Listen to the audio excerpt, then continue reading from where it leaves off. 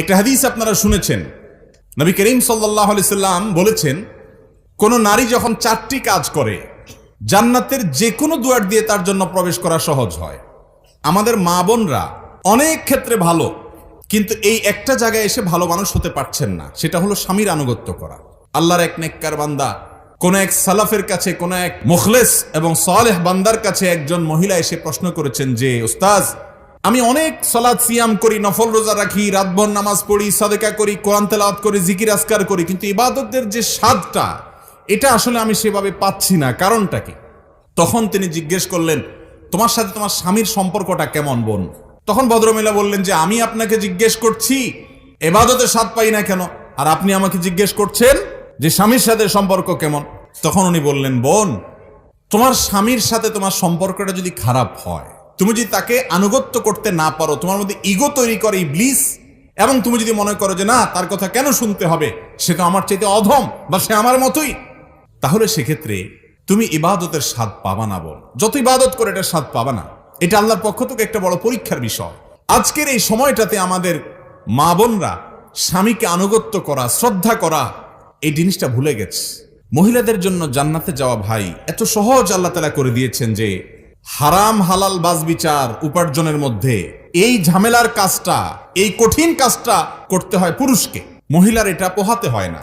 আর বাহিরে উপার্জন করতে গিয়ে কারোর সাথে ঝগড়া, কারোর সাথে মারামারি, কারোর সাথে গন্ডগোল, অনেক গুনাহে লিপ্ত হওয়ার আশঙ্কা থাকে পুরুষের। মহিলা সেটা থাকে না, তিনি বাসায় থাকেন। আমাদের মা বোনরা অনেক ক্ষেত্রে ভালো, কিন্তু এই একটা জায়গায় এসে ভালো মানুষ হতে পারছেন না, সেটা হলো স্বামীর আনুগত্য করা। একটা হাদিস আপনারা শুনেছেন, নবী করিম সাল্লাল্লাহু আলাইহি সাল্লাম বলেছেন, কোন নারী যখন 4টি কাজ করে জান্নাতের যে কোনো দুয়ার দিয়ে তার জন্য প্রবেশ করা সহজ হয়। সে 4টি কাজের প্রথমটা কি? ইদা সাল্লাতিল মারআতু খামসাহা, কোন মহিলা যখন 5 ওয়াক্ত নামাজ পড়ে, ওয়া সামাত শাহরাহা, রমজানের রোজাগুলো রাখে, সিয়ামগুলো রাখে ঠিক মতো, আর ওয়া আতাআত যাওজাহা, স্বামীর নির্দেশ মেনে চলে, আনুগত্য করে, স্বামীর কথা শুনে, ওয়া হাফিজাত ফারজাহা, নিজের ইজ্জতকে হেফাজত করে, সেক্সুয়াল যত অপরাধ হতে পারে, অবৈধ হারাম সম্পর্ক হতে পারে, সেটা অনলাইনে হতে পারে, অফলাইনে হতে পারে, সবগুলো থেকে নিজেকে বাঁচিয়ে রাখে, এই নারীর জন্য মাত্র 4টি কাজের বিনিময়ে আল্লাহ রাব্বুল আলামিন জান্নাতে যে কোনো দুয়ার দিয়ে প্রবেশ করার সুযোগ রেখেছেন। তিনি এই মৌলিক 4টা কাজ যদি করতে পারেন, জান্নাতে যাওয়া তার জন্য সহজ। এত সহজ করার পরেও নারীদের একটা বড় অংশকে নবী করিম সাল্লাল্লাহু আলাইহি সাল্লাম মেরাজে জান্নাত জাহান্নামে দেখেছেন। এর প্রধান কারণ হলো যে আমাদের মা বোনরা নামাজ পড়তে রাজি, রোজা রাখতে রাজি, কিন্তু তৃতীয়টা করতে রাজি না, অর্থাৎ স্বামীর আনুগত্য করতে রাজি না। নারীবাদের নামে মুখরোচক স্লোগান আমাদের মা বোনদেরকে প্রতারিত করে রেখেছে। শয়তান তাদেরকে এর মাধ্যমে ধোকায় ফেলে দিয়েছেন, প্রবঞ্চনার শিকার তারা হয়েছেন। তাদেরকে শয়তান উস্কে দেয়, সমাজের শয়তানের দোসররা উস্কে দেয়, বলে কেন মানতে হবে স্বামীর নির্দেশ। এজন্য দেখবেন অনেক মুত্তাকি পরহেজগার মহিলারাও এই জায়গাটা এসে ধরা খেয়ে যান।